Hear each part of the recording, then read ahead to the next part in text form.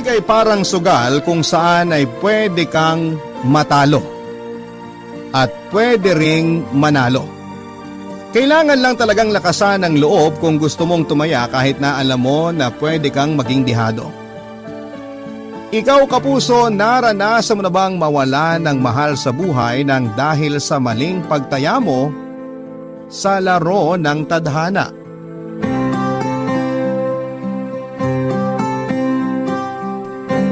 Dear Papa Dudut, hi po sa inyo at sa mga kabarangay na nakikinig ngayon.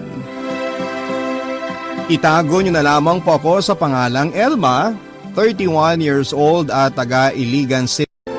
Sobrang ganda kasi talaga ng mga kwentong inyong binabasa. Kaya naman nag-decide ako na sumulat din para makapagbahagi ng sarili kong kwento. Maaga akong naulila sa mga magulang ko, Papa Dudut. High school pa lamang ako ay binubuhay ko na ang sarili ko sa pamamagitan ng pagtatrabaho sa mga tindahan, palengke o kung saan paman. Hanggang sa makilala ko si Aldrin at maging boyfriend ko siya. Nasa tamang edad na rin naman ako noon kaya pumayag ako na sama na kami sa isang bahay na parang mag-asawa. Kaya lang doon ko siya mas nakilala at nakita ang pagiging mainite ng ulo at pananakit niya.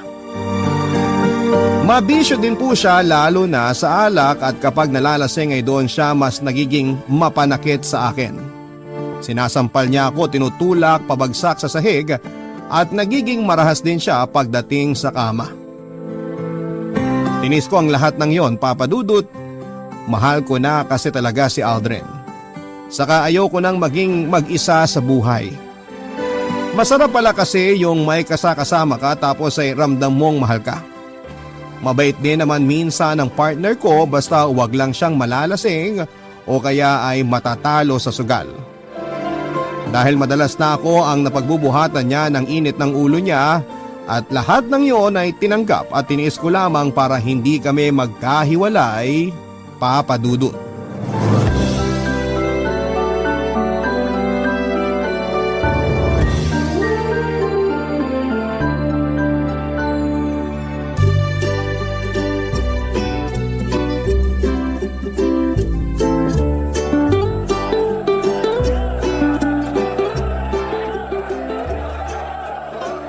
Sino pa bang hindi ko nabibigyan ng ulam dito sa listahan ko? Ay, dalawa na lang pala to. Sina Henry at Patrick. Kailangan may abot ko na sa kanila tong pagkain nila bago magsimula ang sabong. Dahil baka mas lalo ko mahirapan na mahanap sila. Nasaan na ba yung dalawang yun? Ayun! Nakita ko na si Henry! Henry! Henry! Oh, Elma! Ang aga mo yata ngayon. Oo, kasi baka maabutan ako ng pagsisimula ng sabong. Mahihirapan na naman akong iabot ang mga order niyong pagkain. Ay, oo nga pala. Muntik ko na rin makalimutan yan. Ito may kasama ng libreng sabaw yan. Oh, Basta sa katapusan ng bayad nito oo, walang problema. Halos lahat naman kayo dito sa sabungan tuwing katapusan talaga nagbabayad sa akin eh. Salamat. O paano? Mauna na ako sa'yo Kasi lilista ko pa yung mga pumusta dun sa kalabang manok ni Patrick Ay teka, nasan nga pala si Patrick?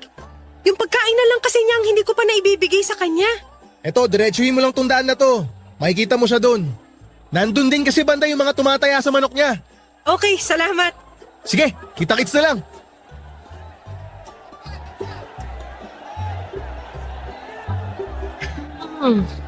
Nasaan na kaya yun? Sabi ni Henry, nandito lang dapat banda yun si Patrick eh. Uy, Elma! Ay, pambihira naman, nakakagulat ka naman, Patrick. Nako, sorry. Hindi ko alam na magugulatin ka pala. Sino ba namang hindi magugulat kapag may biglang tumapik sa likuran mo tapos sinabayan pa ng malaking boses? Grabe. Hindi naman ganun kalaki boses ko Hindi nga, pero malakas ka namang magsalita. Pasensya na. Ito na kasi talaga yung boses ko. Sino nga pala yung hinahanap mo at parang nangahaba yung leeg mo? Sino pa? Eh di ikaw. Ako? Bakit ako? Eh kasi ikaw na lang yung hindi ko pa naaabutan ng order dito sa listahan ko. Teka lang nga, di aayos kong order mo. Kailangan ko na rin kasing pumunta sa kabilang kanto sa may talyer para doon naman mag-deliver ng pagkain. Hala, nawala na pala sa isip ko yan. Dami kasi pumusta sa manok ko. Hindi pa nga ako nag-aalmusal eh. Kaya sigurado ako na mauubos ko agad ang dala mong pagkain. Hindi ka pa nag-aalmusal? Naku, eto. Dadagdagan ko na ng puto bongbong tong order mo para mas mabusog ka. Uy, sakto! Alam mo ba na swerte raw malagkit na pagkain bago ang sabong? Kasi pampakit ang panalo. Salamat, Elma. Ha? Ang bait mo talaga. Anong mabait? Kasama yan sa babayaran mo sa akin sa katapusan ng buwan. Walang problema sa bayad. Sulit naman yung ino-order namin pagkain sa'yo. Kasi lahat masarap. Teka, sandali. Ano yan? Parang ang laki naman ng pasamo dyan sa dalawang braso mo. Naku, wag mo nang pansinin to. Tumama lang naman to sa may kanto ng lamesa sa bahay namin. Sa akin ka pa ba naman magsisinungaling? Matagal ko nang kilala yung kinakasama mo si Aldrin. Kaya alam ko na siya ang may gawa niyan. Hindi niya naman sinasadya na matulak ako ng malakas dahil sa kalasingan niya, yun lang yun. Kailan ka ba naman matatauhan, Elma? Dapat, hindi mo sinasayang ang oras mo dyan sa lasenggong boyfriend mo. Ang dami namang iba dyan na handa kang alagaan at mahalin. Huwag kang magtiis sa taong hindi ka naman kayang ingatan at pahalagahan. Alam mo, Patrick, masyado nang madrama yung sinasabi mo. Kunin mo na nga itong pagkain mo para makapag-deliver na rin ako sa kabilang kanto. O basta sa katapusan ng buwan ng bayad nito, ha? Papadudot nang magsama kami ni Aldrin sa iisang bahay ay nag-decide ako na magluto na lamang ng ulam at iba pang mga pagkain para ibenta sa mga kalapit na school, talyer o sabungan. Dahil medyo madaldal akong tao ay marami kaagad ako naging suki. Nagustuhan din kasi nila ang mga tinda kong ulam na bukod sa mura na ay masarap pa. Isa nga sa mga suki ko noon ay si Patrick na madalas kong nakakausap sa mga sabungan kapag nagdi-deliver ako ng pagkain. Mabait siya at magaan kausap. Madalas din siyang nag-worry kapag nakakakita siya ng sugat o pasa sa balat ko. Matagal niya na rin kilala ang partner kong si Aldrin at alam niya ang tungkol sa pagiging lasinggero at mapanakit nito sa akin. Marami rin kasi kaming kapitbahay na nakakarinig kapag sinasaktan ako ni Aldrin, Papadudot. Minsan nga ay sumusugod pa sila sa bahay dahil sa pag-aalala sa akin kapag masyado ng malakas ang ingay na ginagawa ng pananakit sa akin ng partner ko. Pinapayuhan na rin nila ako na hiwalayan na si Aldrin o kaya ay ipabarangay ito, Papadudot. Pero hindi ko yon ginagawa dahil masyado ko na siyang mahal at ayoko na makulong siya. Hanggang sa mabuntis niya ako at iyon ang nakita kong pag-asa na baka magbago na ang partner ko. Kaya lang, Papadudot, mas lalong naging malala ang pagkalangon ni Aldrin sa alak pati na ang pananakit niya sa akin. Lalo na nga nang matanggal siya sa trabaho at palagi na lamang siyang nasa bahay. Mas naging madalas ang pag-init ng ulo niya. Sa akin niya yon binubunton at talaga namang nasasaktan niya ako. At ang pananakit niya sa akin ang naging dahilan para makunan ako, Papadudot. Sobrang sakit para sa isang ina ang mamatayan ng anak. Kaya yon ang nagtulak para tuluyan na akong makipaghiwalay kay Aldrin. Sa pagtatapos ng relasyon namin ay naging boyfriend ko naman si Patrick. Hindi nagtagal ay nagsama na rin kami sa iisang bahay, Papadudot.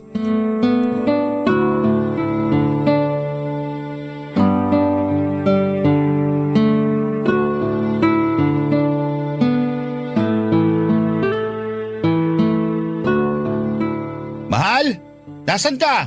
Nandito sa may likod ng bahay. Nagsasampay lang ng mga nilabhan ko. Nandiyan ka lang pala. Akala ko hindi ka pa nakauwi galing sa palengke. Konti lang din naman ang pinamili ko sa palengke kanina. Bakit naglaba ka na kaagad? Kasi nga maaga akong nakauwi at nakapag-ayos na mga pinamili ko kanina. Kaysa matambakan din ako ng mga labahin, inasikaso ko na mga to. Napakasipag naman talaga ng asawa ko. Ayoko lang matambakan ng mga gagawin. Pwede naman kitang tulungan dyan. Pero mapilit ka na ikaw lang ang maglalaba ng mga damit natin. Payakap nga muna ako sa asawa ko. Teka, mamaya na yan, mahal. Ito naman, parang isang yakap lang eh. Tapos ka na rin naman sa sinasampay mo eh. Pero maasim na ang amoy ko kasi hindi pa ako naliligo mula kaninang umaga. Ayos lang yan. Sanay naman na ako. Hoy, ang sama ng ugali mo ha. Biro lang. Pero alam mo naman na gustong-gusto kitang inaamoy. Lalo na dito sa may kilikili mo. Tama na, lalo akong pinagpapawisan sa'yo eh. O sige na, titigil na ako sa pag-amoy sa'yo. Basta mamaya, ako naman ang amuyin mo ha. Oy, ang piling mo talaga mahal. Pinapatawa lang kita. Kasi alam kong napagod ka sa paglalaba mo. Ang dami mong alam. Pumasok na nga tayo sa loob ng bahay at medyo mainit na rin ang hangin dito sa labas.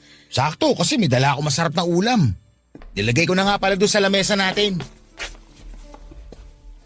Wow! Ang dami mo naman yatang biniling pagkain, mahal. Madami talaga yan kasi may fried chicken, inihaw na bangus, dinuguan, saka ang paborito mong buko salad. Anong okasyon ba ang meron ngayon? Wala naman. Bakit parang kulang na lang eh? Magtawag ka ng kapitbahay na makikikain sa atin. Sa dami nito mga binili mong pagkain. Gusto ko lang naman kasi mag-celebrate kasi nanalo yung 2 manok ko sa sabong kanina. At syempre, ikaw lang ang gusto ko makasama sa pagsi-celebrate na to. Kaya naman pala ang saya-saya mo at may paamoy-amoy ka pa ng kili-kili ko. Kahit naman hindi na nanalo mga manok ko, gusto ko pa rin inaamoy ang maasim na kilikili mo. Ay, grabe ka naman mang asar, mahal. Ganon kasi ako magpakita ng pagmamahal ko. Dinadaan ko sa pangasar ko. Ay, nako. Mabuti pa maghahain na ako habang mainit-init pa itong mga ulam na binili mo. Sakto kasi nakapagsaing na rin ako ng kanin kanina bago ako maglaba. Kukuha na ako ng mga plato at baso para maayos ko na tong pananghalian natin.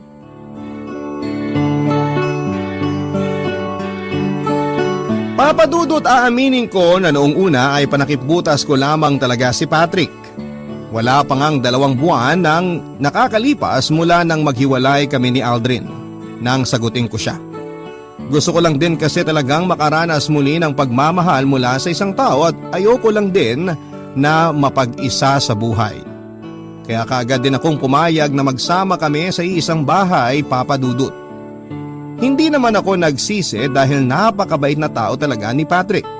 Napakalayo niya sa ex-partner ko na si Aldrin at sa aming dalawa ni Patrick, siya talaga ang mas malambing at maasikaso.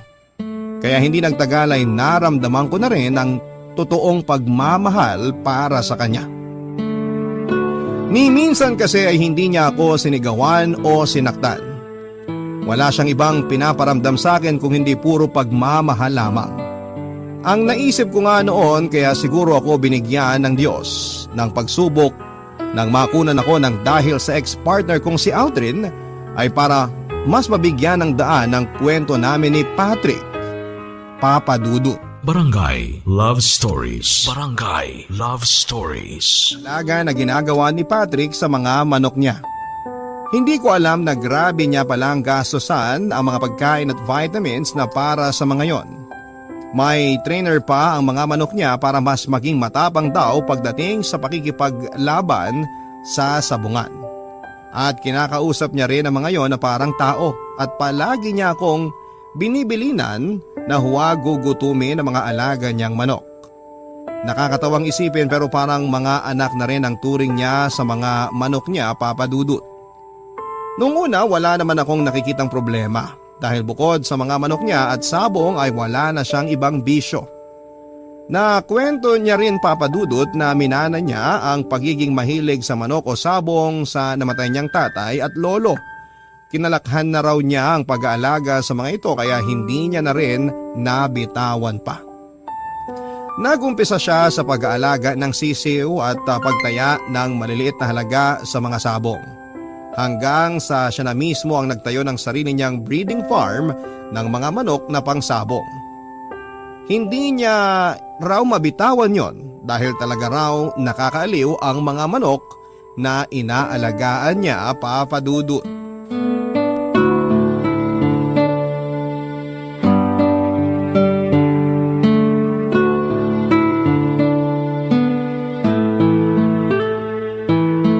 Paano ba yan, pare?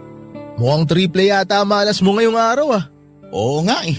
Sa 4 na manok ko, isa lang ang nanalo. Ano ba kasing nangyari sa mga alaga mo? Mga brusko naman, tsaka mukhang liyamado. Pero natalo ng payat at dehado ng mga manok. Ano nangyari? Hindi ko rin alam, Henry.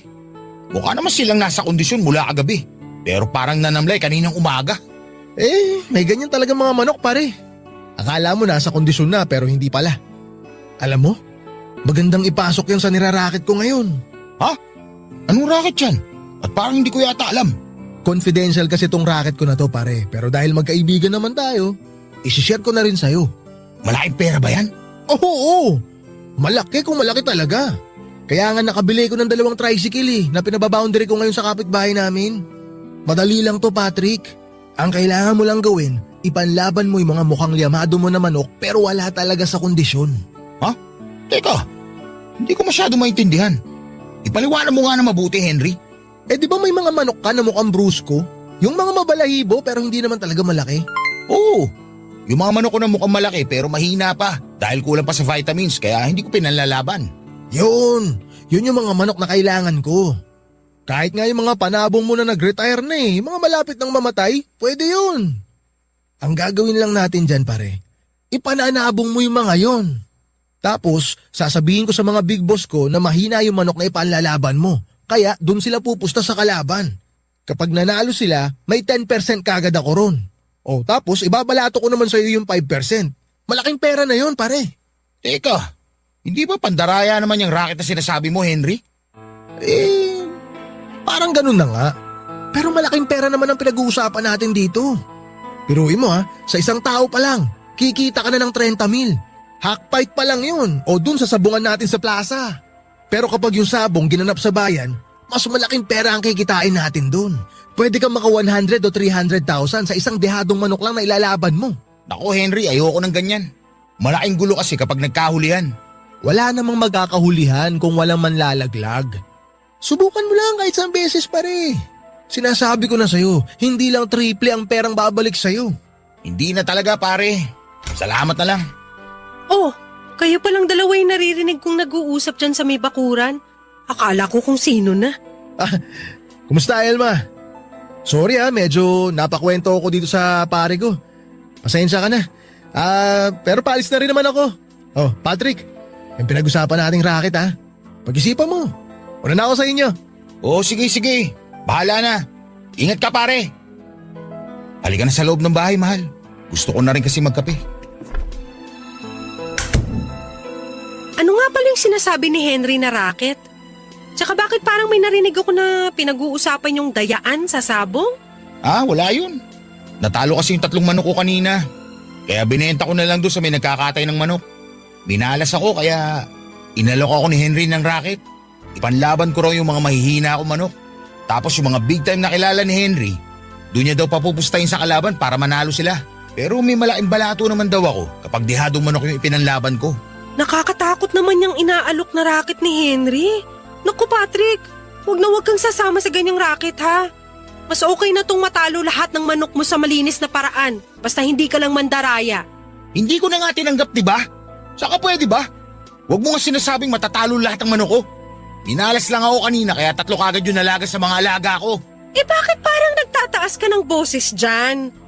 Pinapaalalahanan lang naman kita. Ay naku, init ng ulo mo. Busin mo na nga lang yung kape mo at magsasaing na rin ako ng kanin para sa hapunan mamaya. Papadudod sa tuwing natatalo si Patrick sa sabong ay nag-iiba talaga ang mood niya.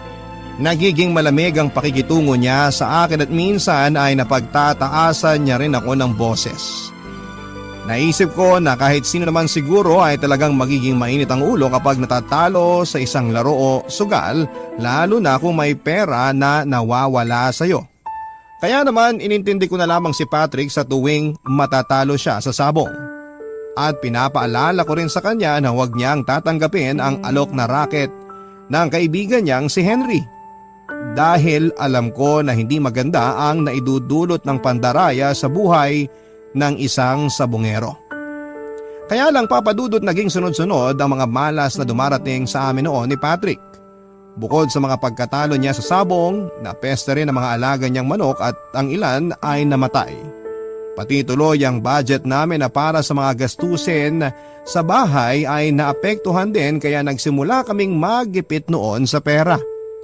Ilang beses ko pa rin narinig noon na kinukulit siya ng kaibigan niyang si Henry na sumama sa racket nito na pandaraya sa sabong para magkapera siya. Kristo kasi si Henry sa sabong o yung taga-kolekta ng mga pusta kaya marami itong kakilala na malalaking tao na pumupusta ng malaking pera. Pasimpleng tong sinasabihan ng mga kilalang mayaman na tao kapag may alam itong dihadong manok na ipanlalaban. Marami na rin kasi siyang sabungero na nahikayat sa racket na yon. Yung sinasadya na ipanlaban ang mahihinang manok. Mabuti na lang talaga at marunong umiwas sa mga ganong bagay ang partner kong si Patrick, Papa Dudut.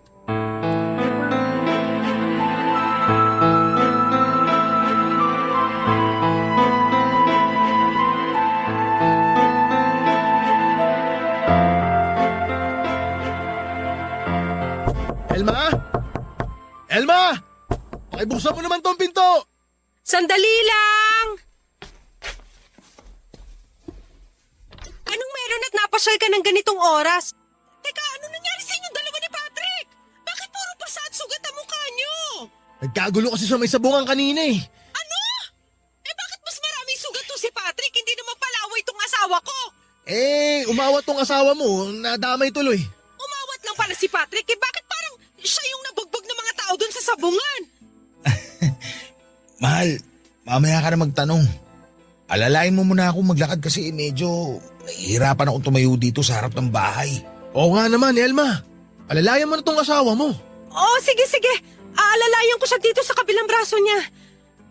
Oh, alalay lang, dahan-dahan. Pare, ingat sa paglalakad. Alalay lang, Elma ha. Oh, dahan-dahan sa pag-upo dito sa sofa ha, mahal. Ayan, salamat. O teka, kukuha muna ako ng alkohol at bulak para malinisan yung sugat mo. O paano pare? Uuwi na rin ako ha. Baka nag-aalala na rin yung misis ko eh kasi kanina pa ako wala sa bahay namin. Dapat kanina pa ako nakauwi eh. Sige, ingat ka. Salamat sa paghatid sa akin dito sa bahay ah. Wala yun pare. O paano Elma? Ikaw nang bahala dyan sa kaibigan ko ha. Alis na ako. Okay, ingat ka. Grabe, ang sakit itong tagiliran at magkabilang hita ako. Ito talagang napuruan sa akin kanina eh. Lilinisan ko na ng bulak at alkohol tong sugat mo sa pisngi ha, mahal. Aray! Daan-daan, mahal. Ang sakit eh. Hindi ko pa nga masyadong nadadampi tong bulak eh. Sorry, alam mo naman na mahina ang pain tolerance ko eh. Bakit ka ba kasi nakipag-away? Kung alam mo naman na madali ka masaktan at magkasugat. Hindi nga ako nakipag-away. Nadamay lang ako sa gulo nila. Nakiawat lang talaga ako kanina. Ano bang gulo yung sinasabi ni Henry? Eh kasi, yung isang kasama ni Henry na Cristo rin, nahuling nagbibigay ng tip doon sa isang pupusta. Sinabi niya na mahina ang manok ni Kaloy at doon pumusta sa manok ni Vincent. Ayun, may nakarinig at pinaamin siya na may sabuatang naganap. Maraming nakaalam hanggang sa nagkagulo na. Umawat lang ako nung makita kong kinukuyog yung mga Kristo sa sabungan. Pero sa akin naman nila ibinunton yung galit nila. Kaya eto, medyo nabanatan ako. Ay nako, ayun na nga bang sinasabi ko. Wala talaga may dudulot na mabuti yung pandaraya na yan eh. Mabuti nga't hindi nilaglag ni Arman yung mga kasama niyang Kristong ng daya rin. Mas malaking gulo yun kapag nagkataon. Alam mo mahal, parang napapadalas na yata ang away dyan sa sabungan nyo. Di ba nung nakaraang buwan lang, may muntik na magsaksakan kasi dinaya raw ng referee yung isang mananabong? Tapos ngayon naman, yung mga Kristo ng sabungan na nagkakagulo. Nagkakaroon lang naman ng problema kapag may dayaang nangyayari. Pero hindi naman mawawala ang mandaraya sa mga ganyang sugal o sabong. Lalo na't nagkalat ang mga gahaman na tao. Mahal, baka naman pwedeng itigil mo na yung pagsasabong mo kasi parang gumugulo lang ang buhay natin dyan eh. Alam mo namang hindi madali para sa akin na bitiwan to. Lalo na't minana ko pa to sa lolo tatay ko. Huwag ka mag-alala. Iiwas na lang ako sa mga ganong klaseng gulo. At pangako ko sa'yo, hindi ko talaga gagawin ng mandaya para hindi ako madamay sa kanila. Papadudot na realize ko na sa isang relasyon ay hindi po pwedeng yung puro pagmamahal lamang ang umiiral o nangingibabaw. Lalo na nga kung nagsasama na sa isang bahay ang dalawang tao na magkarelasyon. Maraming bagay ang dapat na isaalang-alang at pagtuunan ng pansin. Kasi totoo naman yung sinasabi ng iba na hindi tayo mapapakain at mabubuhay ng puro pagmamahal lamang. Kailangan na kumayod tayo, magtrabaho o maghanap ng kung anumang pagkakakitaan kung gusto talaga nating tumatag ang isang relasyon. Nakita ko naman yon sa partner kong si Patrick. Kagaya ng nabanggit ko kanina, bukod sa vision niya na pagsasabong ay wala na akong iba pang marereklamo sa ugali niya dahil ni isang beses ay hindi niya ako sinaktan, Papa Dudut. Nagkataon lang talaga na magulo ang nakasanayan niyang hanap buhay at masyado niyang ginugol ang oras at buhay niya sa pagsasabong kahit may iba pang paraan para kumita siya ng pera. Pero naisip ko noon na hindi ko naman siya basta na lamang iiwanan nang dahil lamang sa bisyo niya, Papa Dudut. Barangay Love Stories. Barangay Love Stories. Papa Dudut, pagkatapos ng gulo na nangyari sa sabungan kung saan ay nabugbog ang partner kong si Patrick ay nabalitaan na lang namin ang biglang pagkawala ng ibang sabungero sa lugar namin. Ang sabi ng mga kapitbahay ay bigla na lang daw hindi umuwi ng mga bahay ng pamilya nila ang ilang kaibigan ni Patrick at kasamahan sa sabong. Labis na nag-alala ang pamilya ng nawawalang sabungero at kahit ako ay nag-worry rin para sa partner ko. Sinabi naman ni Patrick na ang nawawala raw na mga kaibigan niya ay kilala raw na nandaraya sa sabong. Kaya wala raw akong dapat na ipag-alala sa kanya. Ni minsan daw kasi ay hindi siya nandaya sa sabong kaya malinis ang konsensya niya. At mabuti na lang daw at hindi niya tinanggap ang racket ng pandaraya na inaalok sa kanya noong kaibigan niyang si Henry at ng mga kapwa niya sa bungero. Ganon pa man ay naaawa pa rin ako sa pamilya ng mga naiwan ng nawawalang sabungero. Ayoko kasing dumating ang araw na maranasan ko ang hirap at sakit na nararamdaman nila. Ayokong bigla na lang ding maglaho ang pinakamamahal kong si Patrick, Papa Dudut.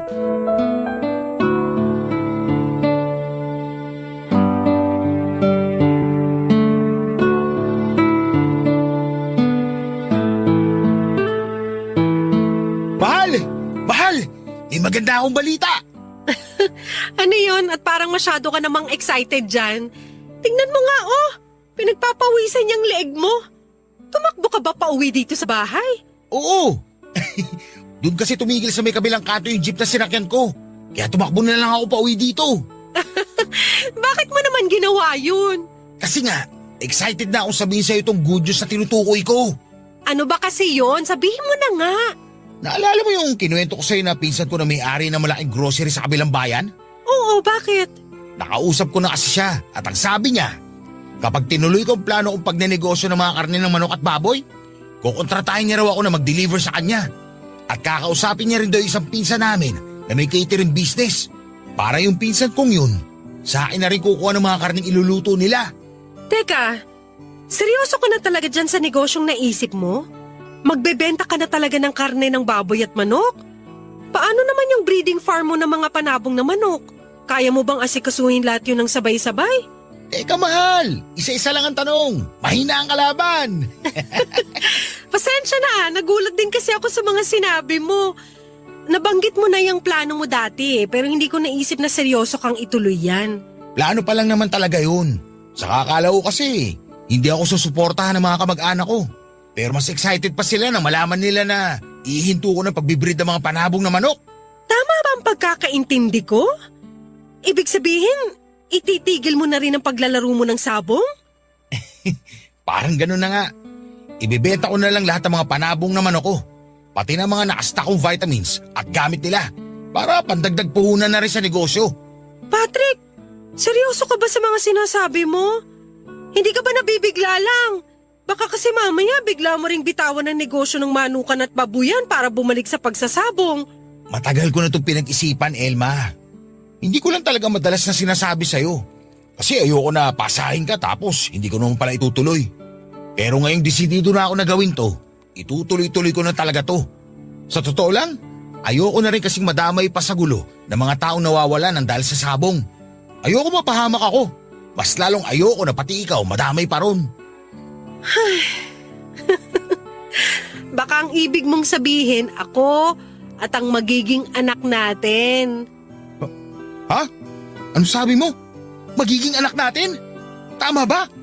Tama ba yung narinig ko? Oo, hindi ka nagkakamali. 2 buwan na akong hindi dinadatnan.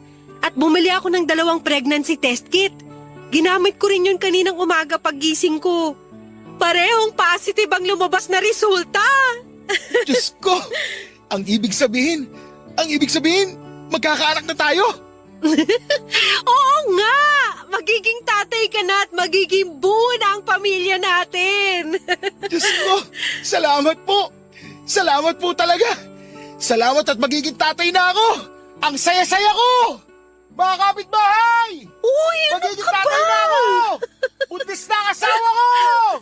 Magiging tatay na ako sa wakas! Woo!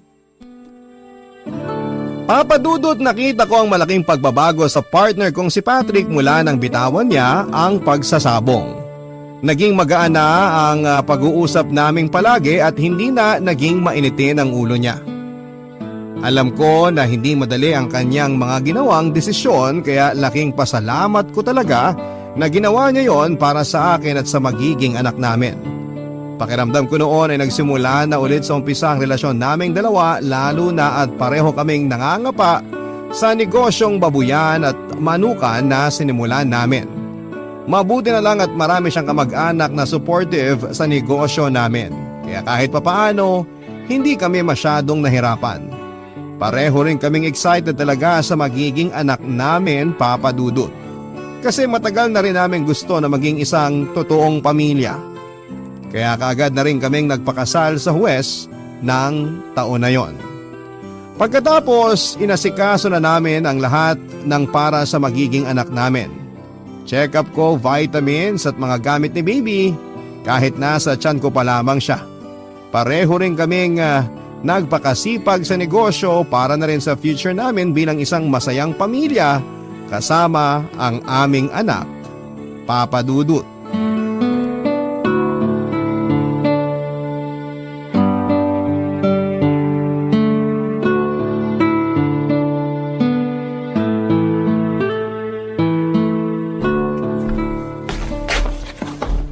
Mahal, bakit nandito ka pa sa bahay? Pinagluto kasi kita ng paborito mong sinaing na tulingan. Hindi mo naman na kailangan gawin yan kasi kaya ko naman magluto. Ayaw mo kasi samahan kita kanina na mag-deliver ng niluto mong biko doon sa umorder sa'yo. Kaya naisipan ko na lang na magluto para sabay tayong kumain ng tanghalian. Hindi kita pinasama kasi nga kailangan mo maglinis kanina ng mga kulungan ng alaga nating baboy at manok. Teka, dito ka ba sa bahay magtatanghalian at naghahain ka na dyan sa lamesa natin? Oo, saan ba dapat? Kasi diba fiesta dun sa bayan ngayon? Narinig ko na niyaya ka ng pinsan mo na makifiesta dun. Nako, hindi na ako pupunta kasi baka mahirapan ka lang sa biyahe kung isasama kita. Ayos lang naman sa akin kahit hindi ako sumama. Ayun na nga mahal. Kaya ayoko rin pumunta kasi alam ko hindi ka sasama. Ayos nga lang sa akin na maiwan dito sa bahay. Kahit naman hindi pa ako buntis nun, hindi na talaga ako mahilig makifiesta.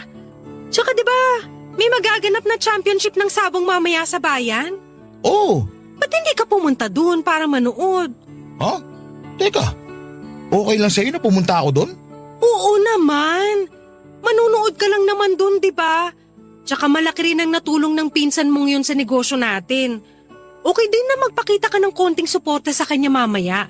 Tsaka alam ko rin na gusto mong pumunta doon. Kasi 'di ba taon-taon mong inaabangan ng championship ng sabong sa bayan? Tama ka mahal. Palagi ko talagang inaabangan yun kahit wala akong panlaban na manok. Kaya nga pumunta ka na sa bayan kasi walang problema sa akin. Kahit makifiesta ka at manood ng sabong mamaya. Ang totoo, nahihiya rin kasi ako sa'yo eh. Bakit naman? Baka kasi isipin mo na hindi ko kinokontrol ang sarili ko pagdating sa sabong. Baka pag-isipan mo ako na bigla na lang akong bumalik sa bisyo ko na yun. Walang ganun, mahal. Sabi ko naman, di ba, na malaki ang tiwala ako sa'yo. Nagpapasalamat nga ako kasi nagawa mo talagang bitawan ng pagsasabong para sa akin at sa magiging anak natin. Gusto ko na rin kasi magbagong buhay. Gusto kong maiba naman yung kwento ng buhay natin. Pagsasabong na yung kinabubuhay namin. At yun ang ayokong manahin na magiging anak natin. Kaya tutuparin ko talaga yung pangako ko sa'yo na hindi na ako babalik pa sa bisyo kong pagsasabong. At naniniwala ako na magagawa mo yun, mahal. Ikaw pa ba? Ang laki kaya ng tiwala at bilib ko sa'yo. Kaya nga mahal na mahal kita eh. At mahal na mahal din kita. Kayo na magiging anak natin. Pero mahal, okay lang ba talaga na pumunta ako ng bayan at manood ng championship ng sabong? Oo nga! Yun! Akala ko hindi ka papayag eh. Wala namang problema sa akin basta i-text mo na lang ako ha kung anong oras ka makakauwi mamaya. Oo, mahal. Sige, alis na rin ako. Nakahain naman na dito sa lamesa ang kanin at ulam.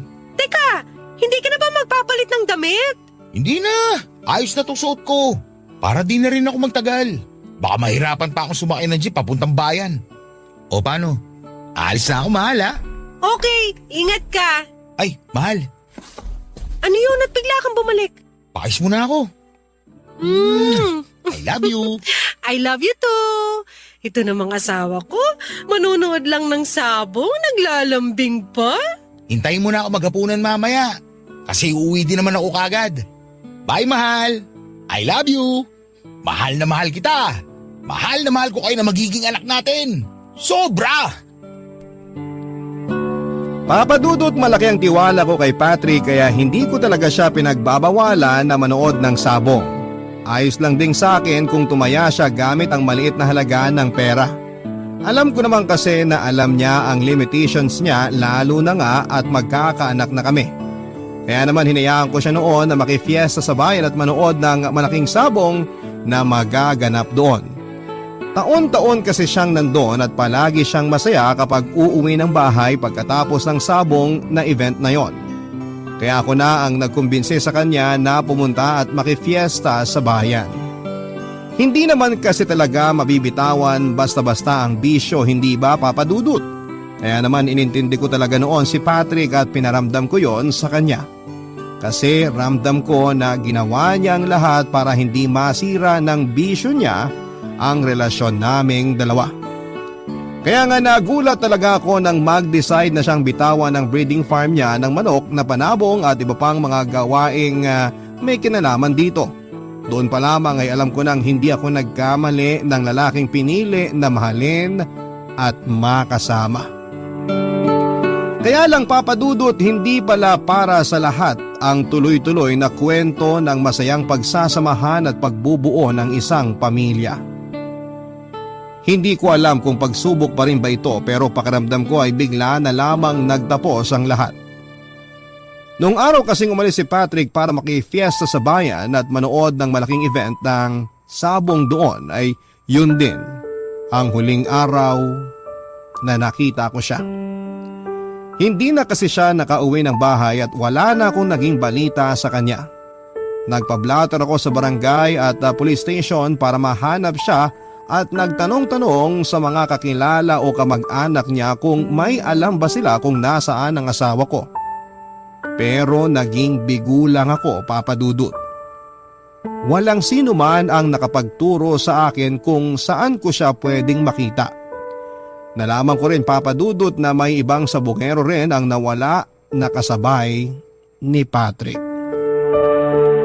At kagaya ko ay bigo din ang mga pamilya nila na makakuha ng impormasyon kung saan huling nakita at nasaan ang mga mahal nila sa buhay. Para bang pinagtatakpan kung saan sila napunta. Parang ayaw ipaalam talaga kung saang lugar sila huling nakita. Sobrang sakit para sa akin kasi kung ang dahilan ng pagkawala ni Patrick ay may kinalaman sa sabong ay bakit kailangan niya pang madamay. Binitawan na niya ang pagsasabong kaya walang dahilan para madamay siya sa gulo ng mga sabongerong nawawala. Sa ngayon, Papa Dudut, ay may 3 taon na rin po ang nakakalipas mula ng huling beses kong makasama at mayakap si Patrick. Ako na rin po ang nagmamanage ng babuyan at manukang iniwan ng asawa ko. Alam kong parang imposible na pero umaasa pa rin ako na bigla na lamang siyang kakatok sa pinto ng bahay namin at sasalubungin ako ng mahigpit na yakap at mga halik. Umaasa pa rin po ako na may Patrick pa rin na babalik sa amin ng anak ko. Pero sa pagkawala ni Patrick ay doon ko mas natutunan kung paano magpakatatag at hindi umasa sa ibang tao. Kahit mag-isa ko na lamang na binubuhay ang anak namin at nagmamanage ng aming manukan at babuyan, hindi po ako susuko sa buhay at sa pag-asa na muli kaming mabubuo na isang masayang pamilya.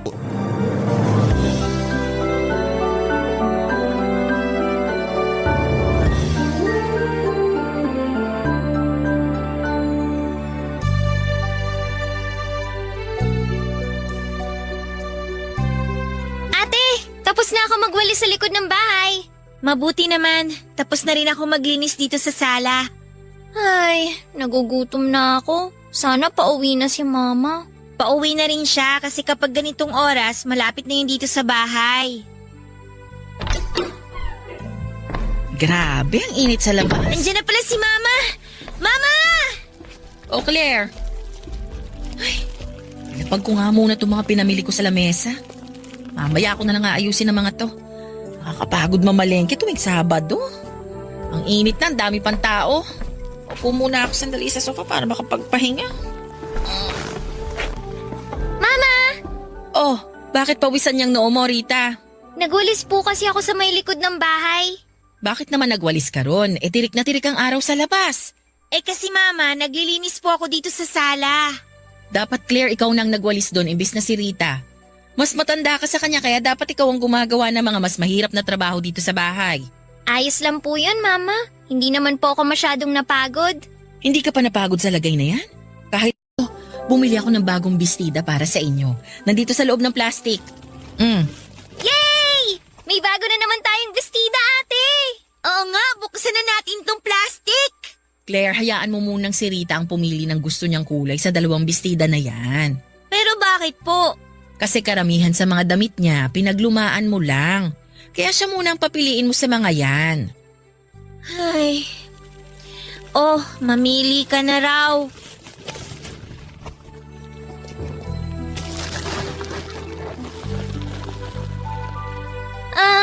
Eto na lang pink yung sa akin. Yan nga sana yung kulay na gusto ko kaysa dito sa blue eh. Ah, ganun ba? Sige, eto na lang blue yung sa akin, sa'yo na yung pink, ate. Hayaan mo na ang blue na bestida sa ate mo, Rita. Yan na lang pink ang sayo kasi alam kong paborito mong kulay yan. Pero okay lang naman po sa akin kahit tong blue na lang na bestida, Mama. Huwag nang makulit at kunin mo na tong kulay pink, Rita. Iniisip ko talaga na yan ang pipiliin mo kasi paborito mo yan. Claire, yung blue na bestida ang sayo. Kunin mo na at pagkatapos, dalhin mo na rin sa kusina yung mga pinamili kong gulay. At hugasan mo na rin. Magpapahinga lang ako ng konti tapos magluluto na ako ng tanghalian natin. Okay po, Mama. Papadudot mga bata pa lamang kami ay sakitin at may hika na ang kapatid kong si Rita. Yun ang sinasabi ni Mama na dahilan kung bakit madalas na nasa kanya ang atensyon nito. Pero para sa akin ay paborito lang talaga ni Mama si Rita. Siya kasi ang palagi nitong pinapaboran at inaalagaan. Minsan tuloy ay naisip ko na sana ako na lamang ang mas naging sakitan at baka sakali na makuha ko ang atensyon at pagmamahal ni Mama. Baka sakali na ako ang maging paborito niya.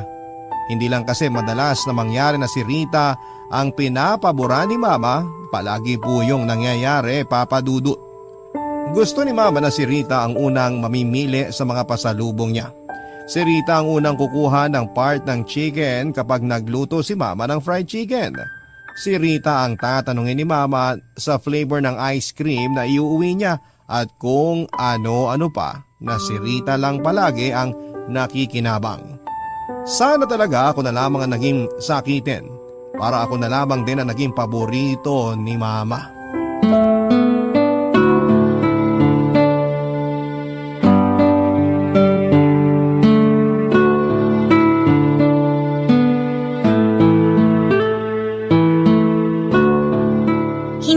talaga makakapunta dito sa bahay?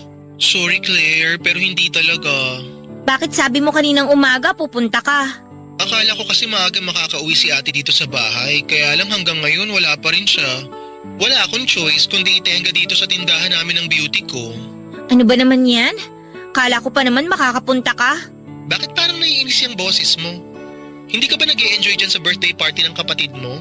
Eh paano ako mag-e-enjoy? Hindi ko naman party to, no? Wala na nga akong ibang kausap dito kasi lahat ng mga bisita namin nandun, nakapalibot sa kapatid ko. Mukhang bongga talaga yung birthday party na yan ha. Partida, hindi pa yan debut ng kapatid mo. 17th birthday pa lang niya yan, pero may pa-catering na kaagad ang mami at lola mo para sa kanya. Kaya mas lalong nakakainis eh. Bakit naman? Kasi nung nagdibo ako noong nakaraang taon, hindi naman ganito kalaki yung inihanda nila para sa akin. Ay oo, naalala ko yun. Ang kwento mo kasi noon na-operahan sa appendix yung kapatid mo. Tapos ilang araw din siya na-confine sa ospital. Kaya ayun, yung pera na dapat na pang birthday party mo, nagastos ng mama mo para kay Rita. Di ba nakakainis talaga? Kapag kay Rita, ang bilis nilang maglabas ng pera. Pero pagdating sa akin, ang dami pang sasabihin bago pagbigyan ni mama o ni lola yung request ko. Huh! Kakatuyo ng dugo. Huwag ka na masyadong mabad trip, girl. Sige ka, masisira ang beauty mo at magiging mas maganda na ako sa'yo. Ay, sorry girl, kailangan ko na ibabato, may bumibili ng load. Kita na lang tayo sa school bukas ha? Ay, sandali, magbaon ka ng pagkain bukas ha? For sure naman na maraming matitira dyan. Opo. Sige, kita na lang tayo sa school bukas. Bye! Bye! Oh, nandito ka lang pala sa balkonahe, Claire. Kanina ka pa hinahanap ng lola at mga pinsan mo sa baba. Tinawagan ko lang po yung kaibigan ko. Wala pong signal sa baba kaya pumunta po muna ako dito. Kumain ka na ba? Parang hindi pa kita nakitang kumuha ng pagkain mula kanina. Busog pa naman po kasi ako kaya mamaya na lang po ako kakain. Okay, sige. Pero puntahan mo ang lola mo mamaya. Kasi panay ang tanong niya sa akin kanina kung nasaan ka raw ba at hindi ka niya nakikita. Sige po. Mama, bakit po ganito kalaki ang birthday party na binigay niyo kay Rita? Hindi pa naman po niya 18th birthday ah. Eh kasi natuwa ang lola mo nung napasama ang kapatid mo sa Dean's List. Dapat talaga sa restaurant lang tayo magse-celebrate. Simpleng dinner lang sana. Pero ang lola mo ang mapilit na magpa-catering service dito sa bahay para sa birthday ni Rita. Oh, huwag mong sabihin na nagtatampo ka pa rin. Bakit naman ako magtatampo? Eh sanay naman po ako na paborito ng lahat si Rita, lalo na po ni Lola. Huwag mong sabihin yan. Walang paborito ang lola mo sa inyong magkapatid. Palagi niyo yung sinasabi, pero iba naman na nakikita at nararamdaman ko. Sige na po ma, kakain na lang po ako at bigla ako nakaramdam ng gutom. Maiwan ko na po muna kayo dito sa terrace. Papadudot lahat na nga ng pabor at mas ay palaging nakukuha ni Rita. Noong nag-celebrate ako ng 18th birthday ko ay hindi kasing bongga ng sa kanya. Kahit pa nga nang graduate ako na salutatorian noong nasa elementary ako ay nagluto lamang ng pansit si mama para sa bahay.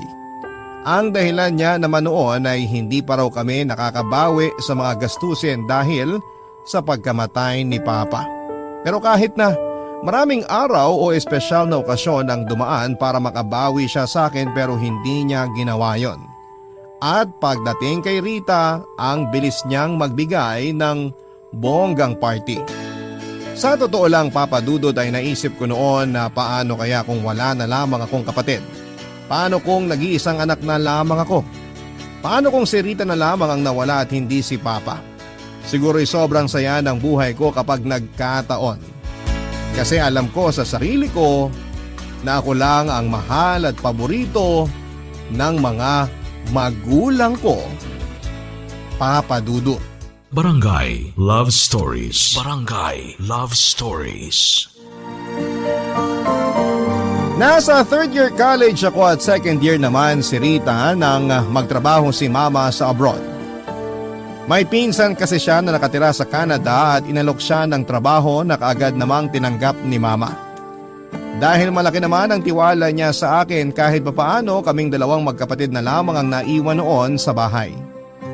Paminsan-minsan ay dinadalaw naman kami ng mga tita namin para masigurado na ayos lamang kami. At si Mama naman ay palaging tumatawag para kumustahin kami ni Rita. Hindi naman ako masyadong nahirapan bilang panganay sa bahay kasi may kusa rin namang kumilos sa mga gawaing bahay ang kapatid kong si Rita, Papa Dudut. Nagtoka-toka kami ng mga gawain kung sino ang maglalaba, maglilinis ng bahay, magliligpit sa pinagkainan, magluluto at kung ano-ano pa. Mabuti na lang din at hindi mareklamo si Rita kahit madalas na tinatambakan ko siya ng mga gawain. Kapag hindi rin schedule ng tawag ni Mama sa bahay ay sinasadya kong umalis at gumimik kasama ang mga kaibigan ko. Ayoko kasi na nakikita o nakakasama sa bahay ang kapatid ko. Nakakairita at nakakainis sa pakiramdam yon, Papa Dudut.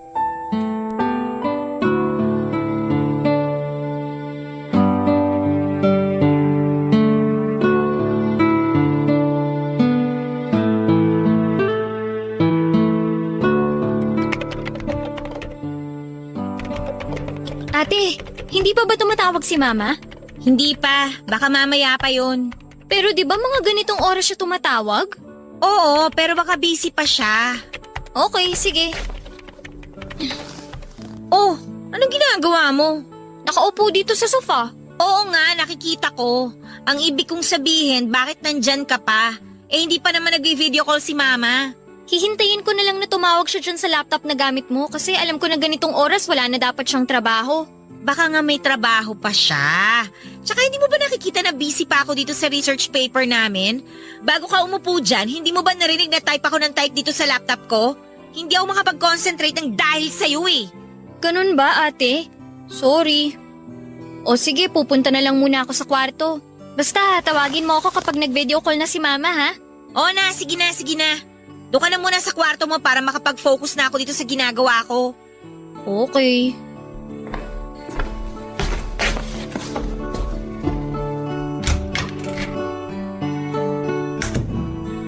Kakairita talaga! Buisit!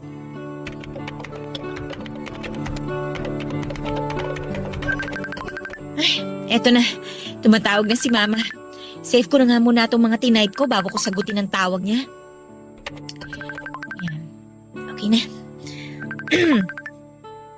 Hi, Mama! Claire, anak! Mabuti naman at nasagot mo kaagad ang tawag ko. Opo, kanina pa po ako naghihintay, Ma. Pasensya na at medyo napa-overtime ako sa trabaho. Ayos lang po yun, Ma. Kumusta na po kayo dyan? Eto, miss ko na kayo ng kapatid mo. Nasaan nga pala si Rita? Andun po sa kwarto niya, tulog pa. Parang napahaba yata ang siesta ng kapatid mo ah. Alam niyo naman po yung si Rita, kapag ganitong araw ng linggo, gusto niya palagi lang magkulong sa kwarto para matulog. Oo, ang lakas kasi sa tulog ng kapatid mo, pero hindi naman tumataba. Nga pala, palagi mo bang chinecheck kung nakakainom siya ng vitamins niya? Opo, Ma. Yung inhaler para sa asthma niya, i-check mo rin kung may laman pa ha. Kahit hindi na madalas umatake ang asthma ng kapatid mo, kailangan mo pa rin i-check ang inhaler niya ha. Okay po. Magde-deposit nga pala ako sa bank account mo bukas para sa pambayad ng bills dyan sa bahay. Saka para may budget kayo pang grocery. Palagi kang bumili ng prutas sa kagulay para sa kapatid mo, okay? Opo, Ma. O, kumusta nga palang pag-aaral mo? Hindi ka ba nahihirapan sa schedule mo? Lalo na ikaw ang nag-grocery at nagbabayad ng bills. Hindi naman po ako nahihirapan, Ma. Kasi yung cable, yung internet, yung kuryente, tsaka tubig, online ko na po binabayaran. Kaya hindi na po kailangan na pumila ng matagal.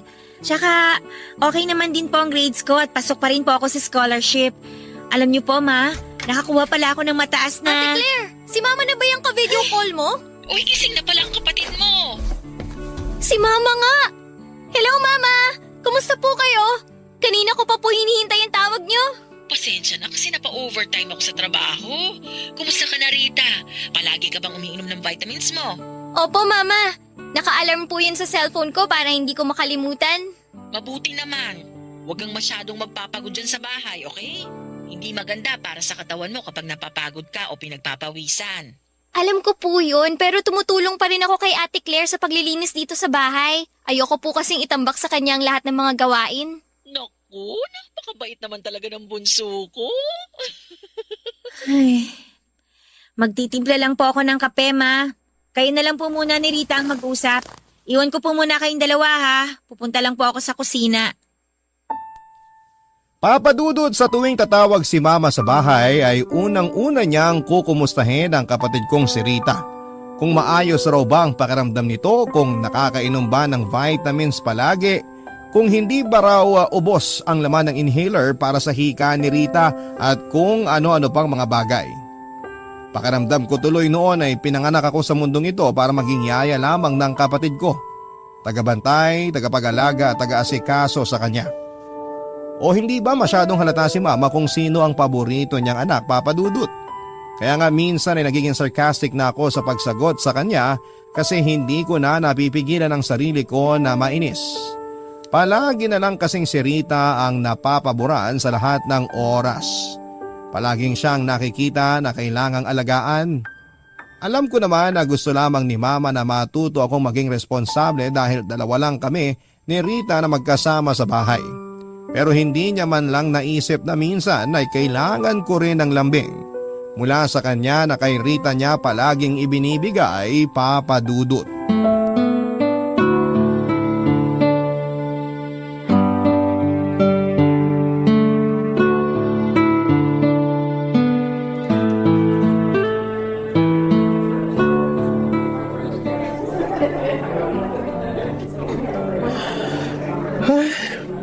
Ang tagal naman magsimula ng stage play.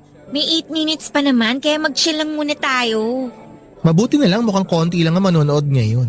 Kaya ganitong oras kita niyaya para hindi tayo sumabay sa ibang estudyante. Nakita ko kasi kahapon na sobrang daming nanood dito nung bandang tanghali na. If I know, yung engineering student lang naman ang gusto nilang mapanood sa stage play na to. Bakit mo naman nasabi yan? Wala lang. Feeling ko lang kasi ang gwapo-gwapo niya. Ayun. Kala ko naman gusto mo rin ang kwento ng stage play na to kaya ka manonood. Yun pala, type mo lang yung estudyante na kasama sa cast. Ganun na rin yun. Sinamahan talaga kita dito para mag-enjoy ako at kiligin na rin. Ewan ko sa'yo. Teka, bakit nga pala hindi mo sinama si Rita? Bakit ko naman siya isasama? Para kasama mo rin siyang manood. Kasi di ba mahilig din siya sa mga musical stage play? Oo nga, pero hindi naman ako mag-e-enjoy pagkasama ko siya, no? Alam mo namang naiirita ako kapag malapit siya sa akin. Grabe ka naman, Claire. Kapatid mo yun. Kapatid ko siya kasi wala akong choice, no? Pero kung may choice lang ako, hihilingin ko na sana hindi na lang siya nabuhay sa mundong to. Uy, grabe ka na, girl, ah. Hindi mo naman kasi ako naiintindihan kaya ganyan ka kung makareact dyan. Ate! Ate Ay, Claire! si Rita. Ay nako, ayan na nga bang sinasabi ko. Masisira na naman ang araw ko. Nabati mo kasi. Lo, bakit ako sinisisi mo? Hello, Ate Claire! Hi, Kuya Arnold! Hi, Rita. Anong ginagawa mo dito? Mamaya pa kasi ang klase ko kaya manonood muna ako ng stage play. Buti nakita ko kayo ni Kuya Arnold. Okay lang ba na dito ako umupo sa tabi mo, ate? Bakit dito pa? Ang dami namang bakanting upuan, oh. Kasi gusto ko sana... Doon ka na lang sa kabilang side ng mga upuan. Hindi ko ma-enjoy tong stage play kung ang sikip-sikip ng paligid ko. Kaya nga ako pumunta ng ganito kaaga para wala masyadong estudyante na makasabay manood dito. Tapos mangingistorbo ka naman. Doon ka nga! Rita, mabuti pa nga na doon ka na muna umupo sa kabilang side ng auditorium. Maluwag pa naman doon, tsaka walang masyadong mga estudyante. Alam mo naman tong ate mo, naiinitan ka agad kapag nasisikipan sa paligid niya. Ay, okay, sige. Doon na lang ako uupo. Girl, ang harsh mo masyado sa kapatid mo, ah. Totoo naman ang sinabi ko na marami pang bakanting upuan dito ng araw. Sana magsimula na tong stage play na to para mawala ng pagka-bad trip ko dahil sa buwisit na Rita na yan.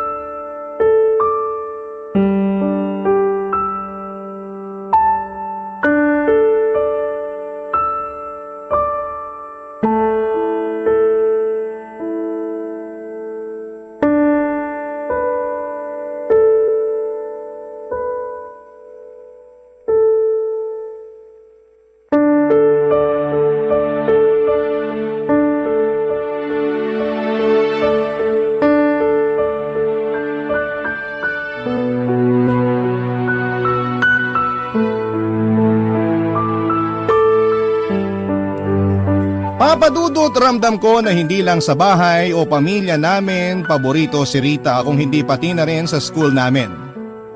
Elementary at high school pa lamang ay madalas na kaming napagkukumpara na dalawa. Kahit mas magaling at matalino talaga ako pagdating sa academics ay si Rita pa rin ang mas napapansin nila kesa sa akin. Mas matangkad, mas payat, mas makinis ang kutis at lahat na yata ng magandang bagay ay lamang siya sa akin pagdating sa ibang tao. Sino ba naman ang hindi maiirita, hindi ba? Kahit saan kami makarating, yung kapatid ko lamang ang napapansin ng mga tao sa paligid namin. Siya ang mas madalas na napupuri, ang effortless nga niya na makuha ang atensyon ng ibang tao. Palagi siyang sinasabihan ng maganda, mabait pa. Samantalang ako kahit kailan ay hindi ko nakukuha ang ganong klase ng atensyon.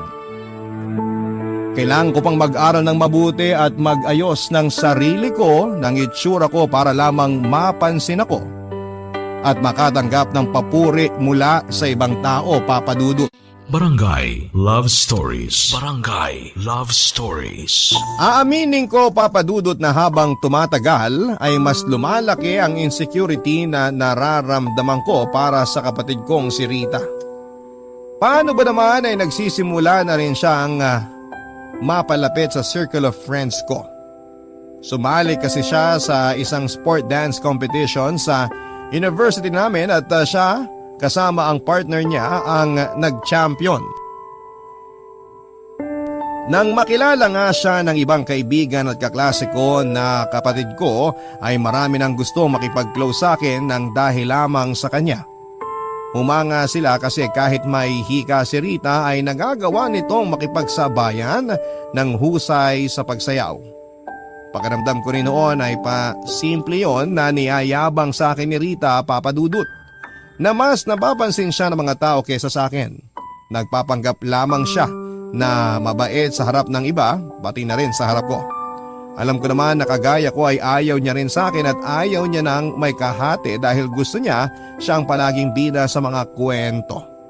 Kaya nakakairita ang pagpapanggap at bait-baitan na pinapakita sa akin ng kapatid ko, Papa Dudut.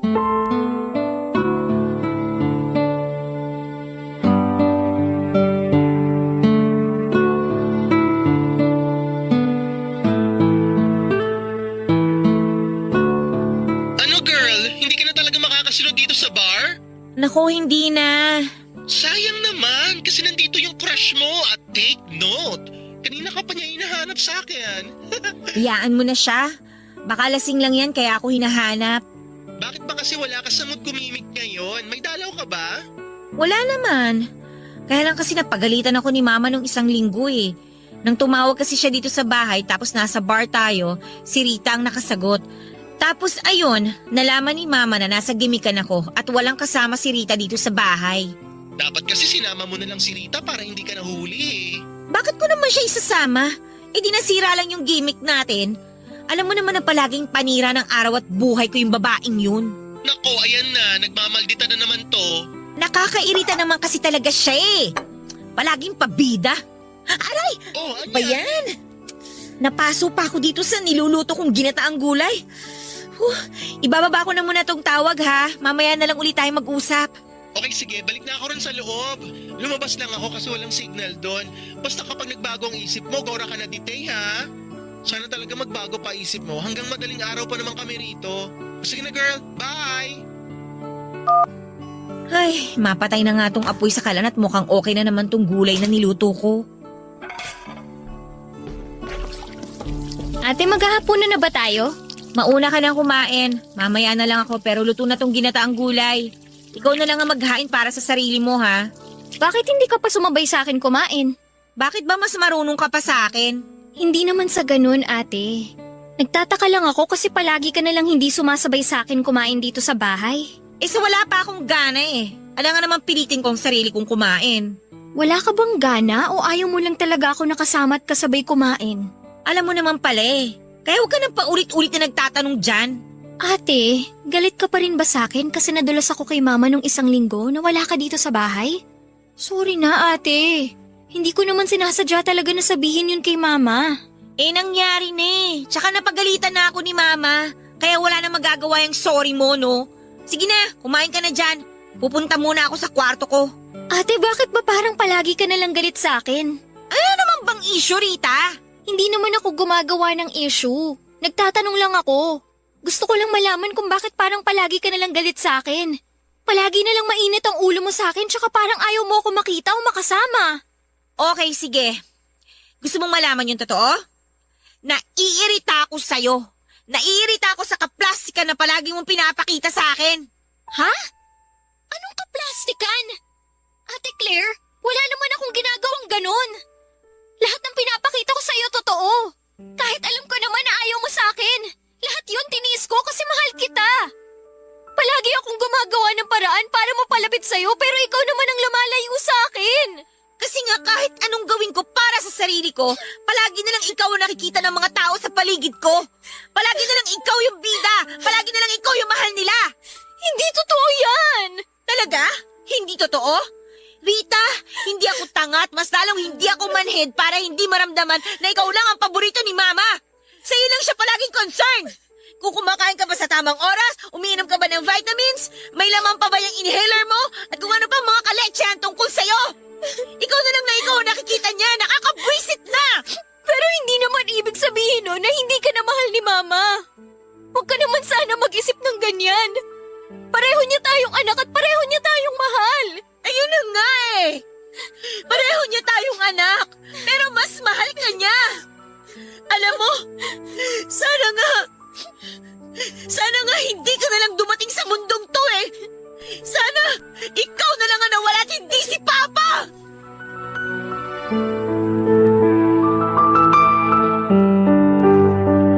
Papa Dudut, hindi ko na nga napigilan ang sarili ko na sabihin lahat kay Rita ang hinanakit ko sa kanya. Ilang taon na rin kasi yung naipon dito sa dibdib ko. Mula pagkabata, nakikita at nararamdaman ko na siya ang paborito ng lahat. Siya ang paboritong anak ni Mama.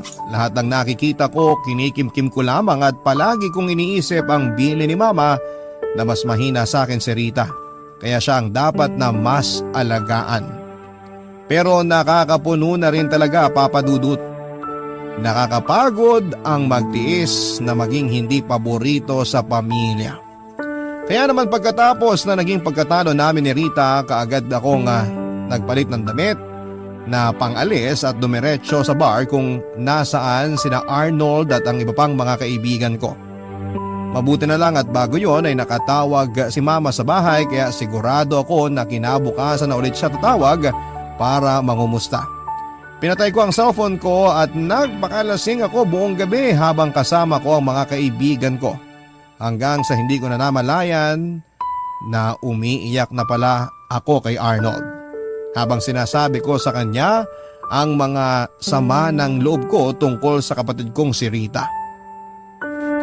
Ang bigat ng nararamdaman ko noon pero hinayaan ko lamang na umiyak ako sa piling ni Arnold. At pagkatapos ay pinayuhan niya ako na minsan ay mali na rin daw kasi ang nararamdaman ko, pati na ang kinikilos ko. Hindi naman daw kasalanan ni Rita na maging mahina ang katawan niya.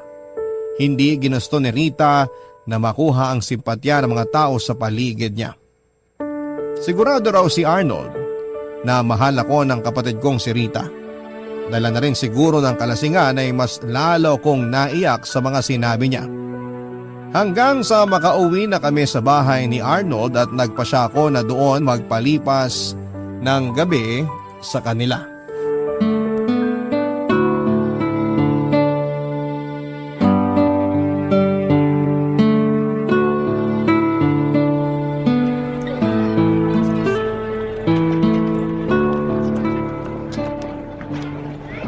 Grabe, ang sakit pa rin ng ulo ko hanggang ngayon. Kung bakit naman kasi nasiraan pa yung tricycle na sinasakyan natin kanina eh. Kailangan patuloy nating maglakad pa uwi sa bahay namin. Ikaw naman kasi girl, grabe ka rin nagpakalunod sa alak kagabi. Para kang isda. Parang end of the world lang ang peg mo. Ay nako, hindi ko naman alam na sasakit ang ganito yung ulo ko, no? Nakakaloka ka talaga. Mabuti na lang hindi ka nagsuka sa loob ng kwarto ko dahil kung hindi mai-imburn na talaga ako sa'yo to the max. Mamaping ko yung sahig gamit ang dila mo. Sorry na, girl. Hindi ko lang talaga napigilan ng sarili ko na magpakalasing. Pero thank you ha. Kasi pinatuloy niyo muna ako sa bahay niyo para magpalipas ng gabi. Paano naman kita hindi patutuloyin sa bahay namin? Ayaw mo ngang umuwi sa inyo. Masama pa kasi yung loob ko kagabi kaya ayoko sana munang makita si Rita. Kumusta naman ang pakiramdam mo ngayon? Mas magaan na kaysa kahapon. Siguro kasi nailabas ko na sa mga iyak ko nang malasing ako yung bigat na ang tagal ko nang inipon dito sa dibdib ko. Sabi ko naman kasi sa'yo, kailangan niyo lang mag-usap ng kapatid mo. Ang hirap naman kasing sabihin sa kanya kung ano talaga yung nararamdaman ko. Yung lahat ng sama ng loob ko tungkol sa kanya. Galit ka pa rin ba sa kanya hanggang ngayon? Sa totoo lang, hindi naman talaga ako galit sa kanya. Naiinis lang ako kasi nga nasa kanya palagi yung atensyon ni Mama. Pero girl, walang kasalanan si Rita doon. Hindi niya kasalanan kung naging sakitin siya kaya siya ang madalas na inaalala ni tita. Alam ko naman yun. Nagigilty na nga ako eh. Nagigilty saan? Sa mga pang-aaway na ginawa mo sa kapatid mo? Kasama na yun. Pero mas nagigilty ako dahil sa mga sinabi niya sa akin kagabi. Mga sinabi niya sa'yo kagabi? Parang hindi mo yata na chika sa akin yan nang malasing ka. Paano ko naman masasabi? Iyak na lang ako ng iyak kagabi. Pero ayun nga, sabi niya, ginawa niya ang lahat para mapalapit sa akin.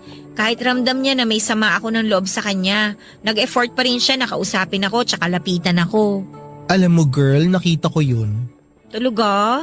Oo, yung mga pasimpleng paglapit niya sa'yo kapag nasa school tayo kahit palagi mo siyang pinapaalis. Yung pagsabay niyang kumain sa atin sa kantin kahit tinatarayan mo siya. Yung pagtawag niya sa'yo sa cellphone kapag nasa gimikan tayo. Tsaka iba pang mga bagay na ginagawa niya para lang maparamdam sa'yo na concerned siya sa'yo. Kaya nga minsan naaawa rin ako kay Rita eh. Kasi nakikita ko kung gaano niya kagustong mapalapit sa'yo kahit palagi mo siyang pinagtatabuyan. Ay, ano ba yan? Lalo tuloy ako na guilty. Usapin ko na lang siya mamaya at ako nang hihingi ng sorry sa kanya. Ay, very good ka dyan sa plano mo na yan, girl. Ay, napasarap ang chika ng husto. Hindi ko na malayan, nandito na pala tayo sa tapat ng bahay niyo. Teka, kunin ko lang yung susi. Go. Sigurado ako natulog pa si Rita ng ganitong oras.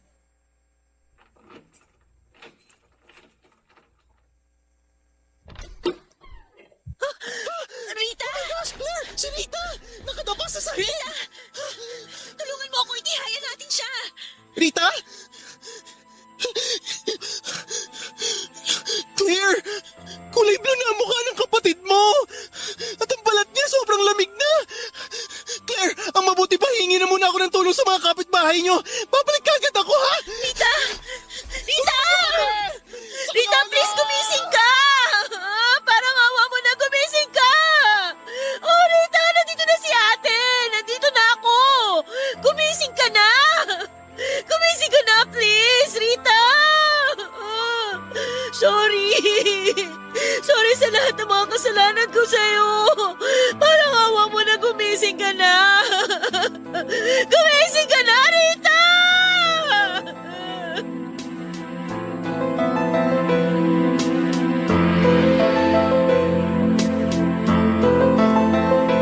Papadudot halos manginig ang buong katawan ko nang makita ko ang mukha ni Rita na halos kulay asul na.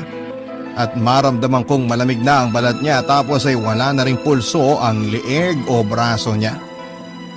Tinapik-tapik ko pa rin siya sa pisngi niya, niyugyog ang mga balikat niya at paulit-ulit akong nakiusap na gumising na siya at hindi ako naniniwala sa himala pero nang mga oras na yon ay nagmakaawa ako sa Diyos na sana'y patunayan niya sa akin na totoo ang himala at gisingin niya ang kapatid ko. Pero bigo ako dahil kagaya ng inaasahan ko nang makarating kami sa ospital sa tulong ng mga kapitbahay namin, kaagad na sinabi ng doktor na wala ng buhay ang kapatid ko. Sobrang sakit, napakasakit para sa akin yon, Papa Dudut. Severe asthma attack, yun ang dahilan na sinabi ng doktor kung bakit binawian ng buhay ang kapatid ko. Noon ko lang nalaman na wala na palang laman ng inhaler na para sa hika niya. Kaya nang atakihin siya ng hika ng gabi na yon ay tuluyan na siyang nahirapang huminga hanggang sa bawian na siya ng buhay. Gusto ko na rin talagang panawa ng ulirat sa sobrang bigat at sakit na nararamdaman ko sa dibdib ko, pero pinilit kong magpakatatag. Lalo na nang tawagan ko si Mama para sabihin sa kanyang nangyari kay Rita. Mabuti na lamang at may kasama siya sa bahay nang tawagan ko siya para kahit papaano ay pakalmahin siya. Noon ko lang din na nakita sa cellphone na binuksan ko ang mga missed calls and chat sa akin ni Rita. Humihingi siya ng sorry sa mga naging kasalanan niya sa akin na hindi naman daw niya sinasadya. Nakiusap din siya noon na umuwi na ako sa bahay kasi natatakot daw siya na mag-isa. Sinabi niya rin sa akin sa chat na kung gaano niya ako kamahal bilang ate niya, sa kabila ng malamig na pakikitungo ko sa kanya. Labis ang pagsisisi na nararamdaman ko noon, Papa Dudut. Alam ko kasi na ako ang dahilan kung bakit nawala ang kapatid ko. Kung hindi kami nag-away at hindi ko siya iniwanan na mag-isa sa bahay, ay hindi po siya mamamatay. Kaya naman na makauwi si Mama mula sa abroad, itinanggap ko lahat ng panunumbat niya nang sabihin ko sa kanya ang lahat ng nangyari sa amin ni Rita bago ang umaga na nakita kong patay ang kapatid ko. Hindi na ako masyadong kinibo ni Mama at hindi ko siya masisisi dahil sa bigat ng naging kasalanan ko sa kanya, lalo na sa kapatid ko. Nang mailibing si Rita ay bumalik na rin kaagad sa abroad si Mama para muling magtrabaho. Siguro ay parte na rin ng pag-move on niya mula sa pagkamatay ni Rita ang ginawa niyang pagtatrabaho. Kahit na hindi naman na kailangan, lalo na nang makapagtapos na ako ng kolehiyo at magkaroon ng maayos na trabaho. Minsan na lang din siyang umuwi ng Pilipinas noon at sobrang bihira niya akong puntahan dito sa apartment ko. Hindi niya rin ako madalas natawagan noon para kumustahin at kung mangyari man yon ay malamig ang boses at pakikipag-usap niya sa akin. Pero kagaya nga ng sabi nila ay walang magulang ang hindi natitiis ang kanyang anak dahil nagkausap at nagkaayos din kami ni Mama netong nakaraang Pasko. Umuwi siya sa bahay at nagkaroon kami ng family reunion kasamang ilang kamag-anak namin. Nang makapag-solo kami ni Mama ay doon ako muling humingi ng tawad sa kanya at sa wakas ay pinatawad niya na rin ako, kasunod ang isang mahigpit na yakap. Papa Dudut, 6 na taon nang nakakalipas pero hanggang ngayon ay dala ko pa rin dito sa dibdib ko ang bigat, galit at pagsisisi dahil sa pagkawala ni Rita. Hanggang ngayon ay sinisisi ko pa rin ang sarili ko at sana'y dumating ang araw na kagaya ni Mama ay mapatawad ko na rin ang sarili ko. At kung totoo man na dumadalaw sa panaginip ang mga tao mahal natin sa buhay na namayapa na, sana'y dalawin po ako ni Rita at sabihin niya sa akin na pinapatawad na niya ako para masabi ko rin sa kanya kung gaano ko siya kamahal bilang ate niya. Maraming salamat po.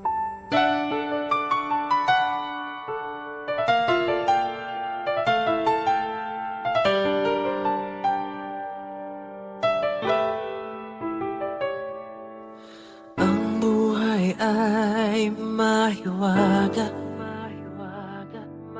laging may lungkot at saya. Sa Papa Dudut Stories, laging may karamay ka.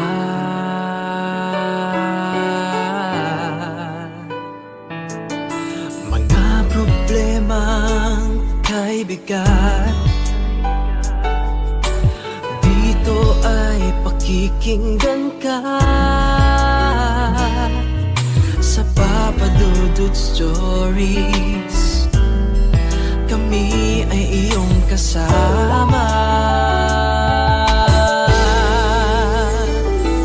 Dito sa Papa Dudut Stories, ikaw ay hindi nag-iisa.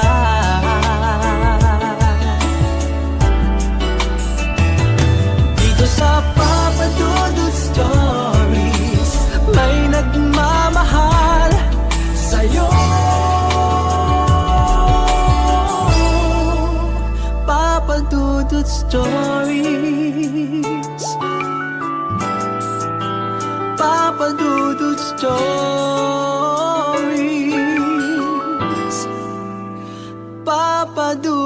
Stories.